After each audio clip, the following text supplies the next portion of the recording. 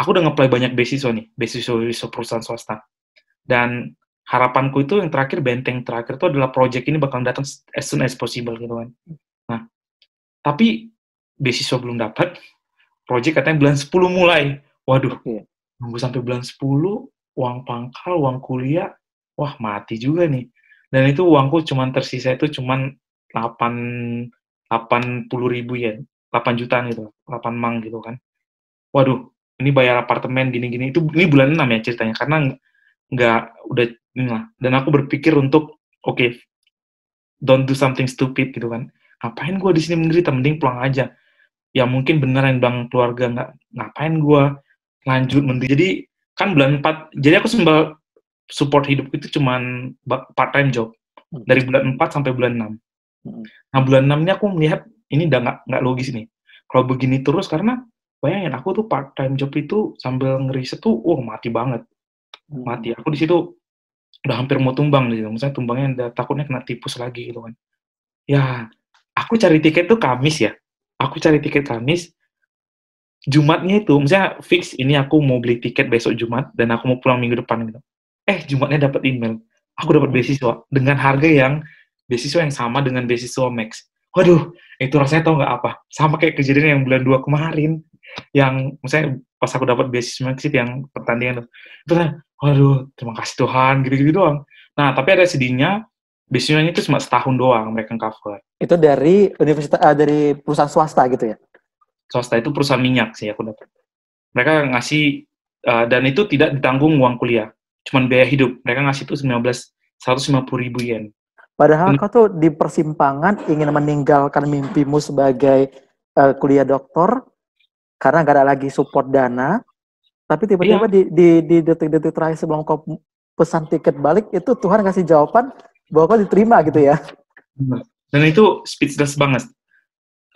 Pokoknya nggak. Jadi aku berpikir gini, oke, ini kan beasiswa cuma 1 tahun nih, nanti kan project bulan 10 datang. I should save as much as possible. Pola pikirku kan. Nah, tapi kan aku namanya manusia kan ambisius ya, saya ambisius. Nah, dokter tahun pertama lewat, dapat beasiswa. Di akhir-akhir dokter tahun pertama itu, aku coba lagi semua beasiswa. Nah, tapi aku berpikir, ngapain gue cari beasiswa yang hanya setahunan gitu. Karena kan kemarin kan dulu kan, kalau pikirnya kan, minimal setahun nih, selamat minimal setahun gitu kan. Jujurnya aku coba beasiswa yang mau mengcover aku, sampai aku tamat. Dan sangat bersyukur lagi, aku dapat beasiswa yang mau mengcover aku sampai tamat, dengan harga yang sama gitu. Pokoknya, sangat bersyukur banget. Jadi, aku jadi gini kan, memang kalau misalnya cara Tuhan, kayaknya kamu harus tamat sampai dokter dengan beasiswa, pasti dapat. Kalau kamu yakin ya, menurutku ya. Dan itu dapatnya dari Perusahaan yang lain. perusahaan yang lain lagi gitu. Ya. Dan segampang itu mendapatkan atau memang karena kau dikasih berkat dari Tuhan aja gitu? Untuk dokter tahun pertama itu aku menyebar itu kayaknya lebih dari 22 form beasiswa tuh. Ada yang, aku kan beasiswa Jepang kan masih hancur ya. Ada yang, aku secara administrasi bagus. Misalnya kayak, kan itu harus diisi bahasa Jepang gitu kan. Nah, kalau IPK aku lumayan bagus ya, lumayan. Maksudnya bisa melewati screening. Udah gitu, record-recordku misalnya kayak aku ikut kompetisi gitu-gitu kan, bagus. Nah, dan merangkai kata di esai itu juga perlu gitu. Misalnya, kalau aku dalam semua form beasiswa, aku selalu menekankan bahwa I wanna be a bridge between Japan and Indonesia. Aku selalu bilang bahwa aku pengen jadi jembatan antara Jepang Indonesia dengan perspektif dan kemampuanku sebagai engineer gitu. Nah, itu selalu aku, misalnya, kutekankan dan tonjolkan ya. ya.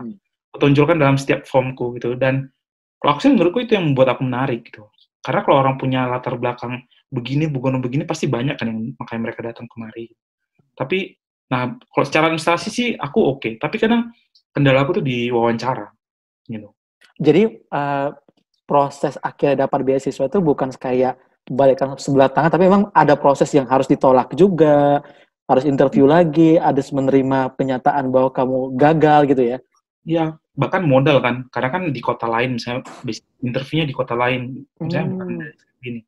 Ya ongkos ke sana juga ada berapa gitu. Apalagi kalau musim dingin gitu kan, pokoknya gitu. Tapi yang tahun kedua sih aku, misalnya lebih ke nothing tulus sih sebenarnya.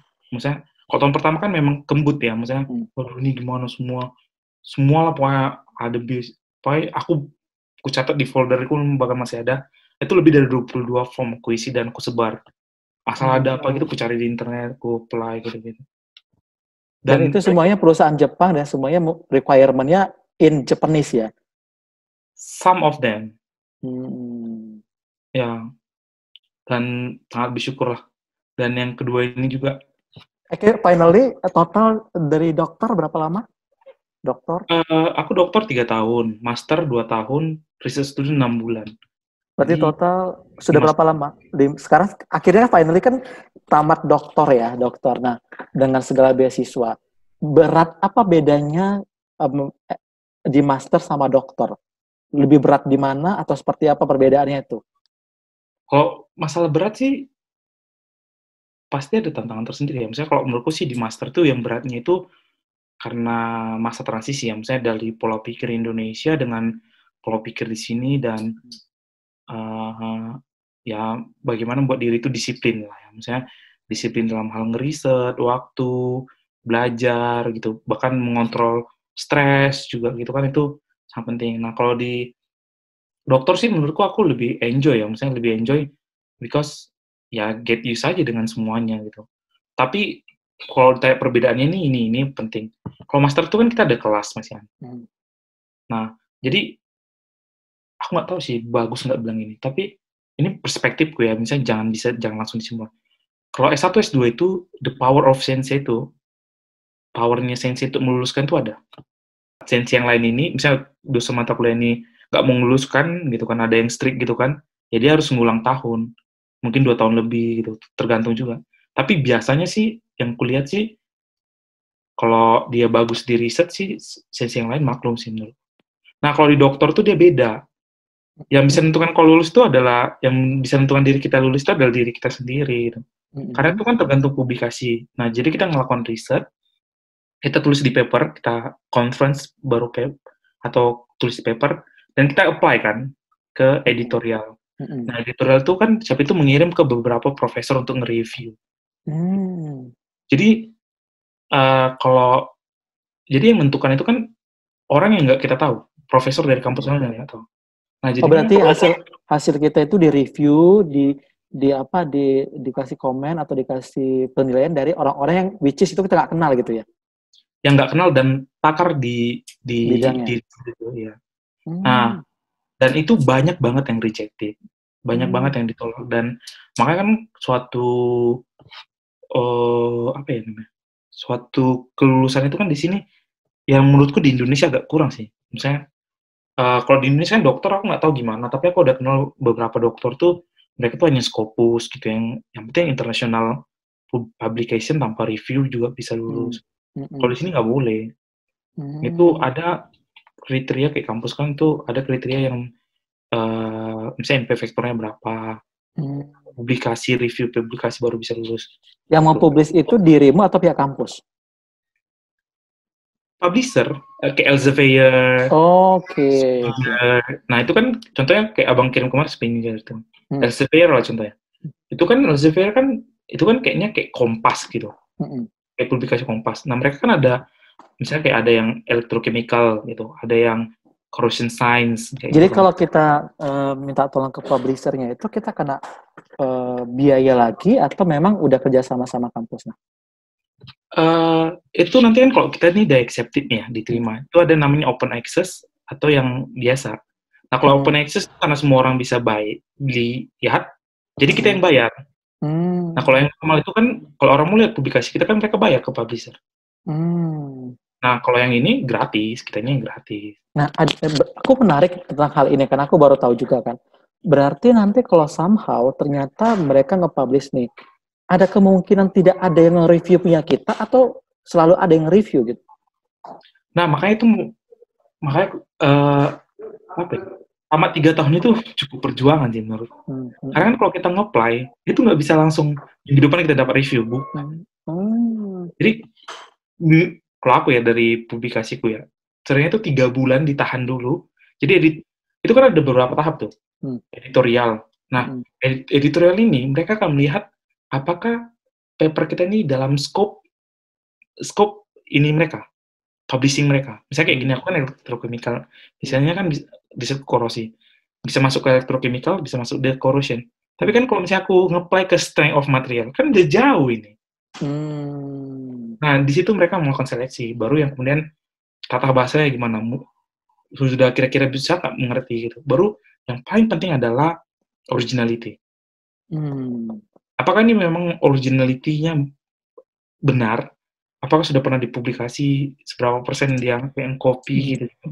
Nah, ini yang biasanya disaring sama editorial. Ketika biasanya ini waktunya 3 bulanan gitu sih, tergantung papernya. Nah, Oke, berarti sampai akhirnya dirimu selesai, berarti menelurkan berapa riset? Apakah cukup satu aja atau berapa riset? kalau aku sih sama mahasiswa itu banyak, bukan banyak sih. Yang untuk yang di doktor tadi ini, yang di doktor. Aku ada, kalau yang review paper itu mengeluarkan 1 yang nasional, 3 yang internasional. Sebenarnya nasionalnya pun internasional gitu, tapi tulisannya bahasa Jepang. Misalnya aku collab dengan juniorku, gitu. Tapi risetku gitu. Oke. And finally, akhirnya selesai jadi dokter. Dokter.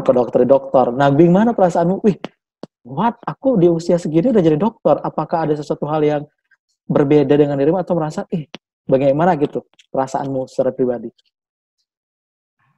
Kadang aku bingung juga sih, misalnya kayak kalau orang lihat aku tuh kayak, wah 24 tahun dokter, akunya biasa aja. Tapi ya bersyukur aja sih sama Tuhan, bersyukur. Karena 28 tahun, kayak di sini malah orang 26 udah dokter, karena kan langsung continue ya. Kalau aku kan kemarin ada space-nya sedikit kan. Jadi ya menurutku bukan jadi suatu kebanggaan, tapi satu hal yang disyukurin aja sih. Dan jadi kayak tanggung jawab sih, kadang orang kayak berpikir, wah, he have to be wise, something like that. Padahal aku kan kadang ada, ya you know lah Bang. Oh iya. Karena belum ada yang mengisi ya. Ini direkam loh ini bahaya nih. Kalau kita nggak sebut merek di sini. Oke, Ricky, sebelum kita masuk ke part terakhir, melihat perjalananmu ini cukup bukan hal yang, bayangkan loh, itu kuliah teknik itu bukan mudah ya. Sudah kuliah teknik, itu ambil master, dan kemudian ngambil doktor lagi, dan itu di Jepang yang tanda kutip memang sudah expertnya di bidang teknik.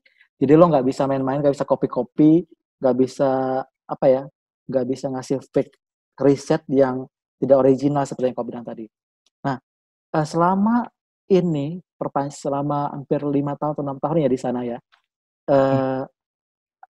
apa suka duka, hal yang paling sulit lah ya, maksudnya yang akhirnya kau berada pada satu titik, memangkah ini harus aku jalani atau I should take the another way gitu, atau apa gitu. Nah, itu yang pertama. Yang kedua adalah hal-hal yang di luar kuliah yang kau lakukan yang happy, maksudnya yang bisa, aku akhirnya bisa juga. Nah, karena aku tahu juga karena kita berteman, pernah juga ikut conference sampai ke Jerman ya. Nah, itu mungkin bisa diceritakan. Yang pertama dulu, yang membuat dirimu sampai pada titik terendah dalam menjalani proses panjang itu. Pertama sih, apa ya, 3 titik sih sebenarnya menurutku yang awal masuk ya, misalnya pasti berat ya. Ya, contohnya salju lah ya. Misalnya kita kan kalau awal-awal datang nengok salju gitu. Udah kan Hokkaido kan lama banget tuh saljunya. Karena waduh, sialan nih salju datang lagi. Kan kayak gitu kan. Itu berat sih, dan bahasa ya, misalnya ya walaupun dibilang bahasa internasional itu bahasa Inggris, tapi sebenarnya bukan sih sebenarnya. Bahasa tubuh yang benar bahasa internasional. Ya. Karena ketika suatu hal yang sulit ya pakai tubuh atau gambar kan gitu kan. Itu sih di awal. Tapi baru yang kayak eksperimen gitu kan, kadang apa ya, orang Jepang ini kan baik gitu kan, tapi satu hal yang kita harus tahu juga, orang Jepang ini nggak mau direpotin sih menurutku. Individualis ya. Ya aku pun mungkin gitu juga ya kali ya, kalau semakin maju negara kan semakin ini ya mungkin ya gitu. Ya agak susahnya di situ aja sih di awal. Waduh, dan kenapa nih risetku jadi jauh beda gitu kan, itu kan membuat depresi sih menurut beliau. Baru yang kedua ya waktu bapak meninggal dan aku dalam masa kebingungan itu juga, aku masuk dokter tanpa beasiswa gitu. Itu sih menurutku banyak teman-teman sih banyak bilang, wah memang Sherry ini nekat banget kan. Tapi aku nggak tahu kenapa, aku yakin aja sih, misalnya it's too far that God bring me here just to leave me gitu. Kalau pikir gue gitu aja sih. Terlalu jauh kayaknya Tuhan tuh bawa aku kemari baru ninggalkan aku melentarkan gitu doang gitu. Dan tanggung banget kan saya ada studi lanjut di luar, balik sedikit berkarir, balik lagi sama keluarga. Repot menurutku ya. Dan itu motivasi diri sendiri lah gitu. Misalnya memotivasi diri sendiri. Nah, kalau kesenangan ya, sebenarnya enaknya kuliah di luar ini. Pertama, bisa jalan-jalan. Dan Jepang itu luar biasa ya, karena aku juga pernah ke Jepang ya, dan aku pengen balik lagi ke situ, kayaknya enak banget gitu, apalagi kalau lagi musim semi ya. Jadi mahasiswa itu ya, misalnya pertama sih, kan kita nih ada conference nih yang tadi sering gue bilang kan. Nah, sensei kan sering nyuruh-nyuruh conference. Nah, nggak tahu lah ya, kalau persiapannya susah sih, tapi enaknya tuh senseiku juga orangnya enak gitu. Dia apa namanya, kalau udah siap conference itu kan bisa sensei lain kan nyuruh pulang gitu. Ada sebagian yang strict. Kalau senseiku nggak, you can save like around 2 days there and enjoy. Jadi aku seringnya ya, makanya rata-rata Jepang tuh semua udah bukan rata-rata sih, misalnya banyak yang ku keliling itu bukan karena duitku gitu, karena ikut-ikut conference. Itu sih benefitnya. Aku tuh kemarin sih conference-nya di Itali. Oh, Italia, Cuman oke. baru ke Jerman lagi gitu. Tapi jalan-jalannya ke Prancis gitu tuh. Ya benefit yang tadi. Kalau itu sih bisa Dan ikut conference itu free ya, bukan biaya sendiri ya. Ada juga biaya free. sendiri. Free. Kalau ke Prancisnya bayar sendiri Enggak, dong. waktu ke Tapi kalau conference-nya ke Italinya. ya free gitu. Oh, oke. Hotel juga semua free. Cuma di luar setelah conference jalan-jalannya biaya sendiri gitu ya. Iya. Tiket PP free, hotel free, tapi di jedahnya ini kan ngapain juga gue di hotel gitu doang, gak ada kerjaan. Mending aku pergi gitu kan. Tapi uang hotel yang di Itali, kampus yang bayar, tapi nggak aku tempatin gitu. Oh, oke. Escaping gitu lah sih sebenarnya. Oke. Oke, kemudian sebelum kita penutup, Ki sekarang udah kerja di sana ya jadinya ya? Iya. Gimana kerja di sana? Lebih enak belajar atau kerja?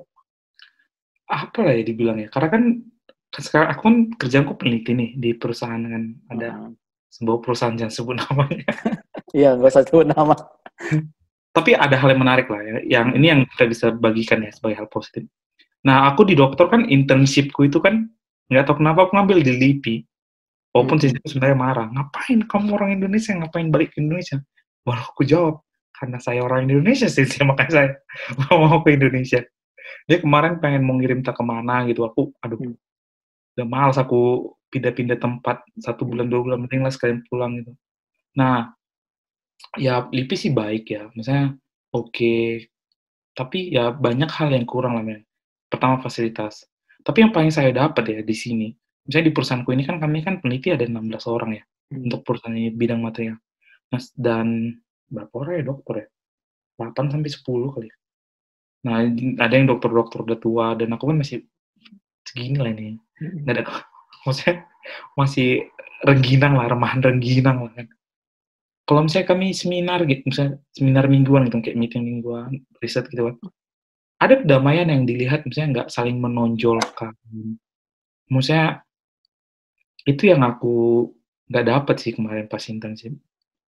Gitu. Misalnya, kita kan orangnya cenderung kalau udah lulus dokter, I'm dokter gitu kan. Misalnya, you should, kadang pun sebenarnya kadang nggak benar juga yang dibilang, atau kayak ngibul-ngibul gitu kan. Kadang mau juga kan, misalnya karena dan bawa-bawa tamatan dari mana gitu. Di sini enaknya sih itu yang aku tuh sangat sukanya di situnya gitu. Saling mengisi. Tapi kadang banyak hal-hal negatif juga sih yang lain, misalnya terlalu over gitu Ya, dalam. tapi kan akan ada rencana balik dan membangun Indonesia kan, Ki? Kalau aku sih ada, tapi belum tahu. Tergantung penghasilan. Aku sih pasti ada lah. Ya, oke. Sebelum kita tutup, Ki, statement terakhir buat teman-teman yang mungkin akan mendengarkan ini, apa yang akan kau kasih advice atau apa ya, pendapat atau pernyataan yang orang kepingin juga melanjutkan kuliahnya ke luar negeri atau mungkin ke Jepang gitu dengan beasiswa. Apa yang harus advice buat kamu sampaikan ke mereka? Yang tadi pertama sih yang tadi aku bilang ya, buang jauh-jauh pola pikir ketika kamu kemari, kamu diisi, disuapin gitu. Itu buang jauh-jauh. Karena kalau itu ada, bakalan kecewa. Dan banyak orang ujung-ujungnya ya dia nggak maksimal ya karena pola pikir seperti itu tuh yang pertama. Yang kedua, apa ya? Banyak orang yang pengen keluar gitu, tapi sebagai pride kan. Nah, itu nanti akan membuat dirimu menderita sih kalau misalnya kau menganggap itu sebagai pride. Tapi ketika kau menganggap itu sebagai sesuatu yang harus dikejar, yang sesuatu yang ini sesuatu yang harus aku jalani. Kayaknya tuh pasti ada jalan sih menurutku itu aja sih. Oke. Ki, thank you ya Ki, pengalamanmu aku rasa cukup menginspirasi. Iya itu baru. Thank you, mencuri waktumu di sela-sela kesibukan di Jepang.